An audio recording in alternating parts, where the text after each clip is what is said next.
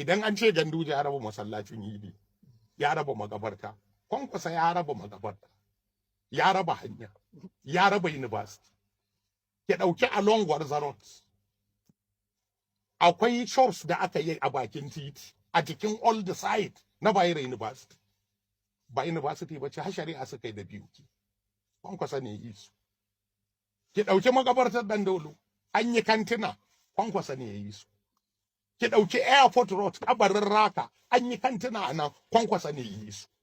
Sau da haka kawai su wasu mutane ne masu kyashi, wanda idan ba su suke ba, babu wanda ya yi. Kuma abin da nake son gaya miki, duk mafiya yawan abubuwan da suke magana a kai, ki tambaye su abu biyu. Ki je ki tambayi duk ɗan Kwankwasiya. Ki ce ba ki bayani akan 5 kilometer road.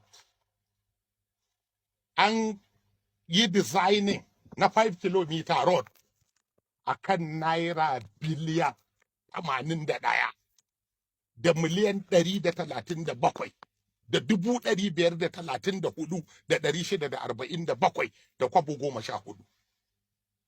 A cikin wannan kuɗin da aka zo aka ware naira biliyan 81 wajen naira biliyan 31 an ɗebe sa a joint account na local government.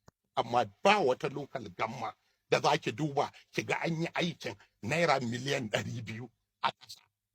Tambayar da nake, wannan kuɗin na 5 kilometers suna yi. Ai ɗan takarar gwamnati shi ne kwamishinan works, shi ne chairman na 5 kilometer a lokacin da yana kwamishinan works.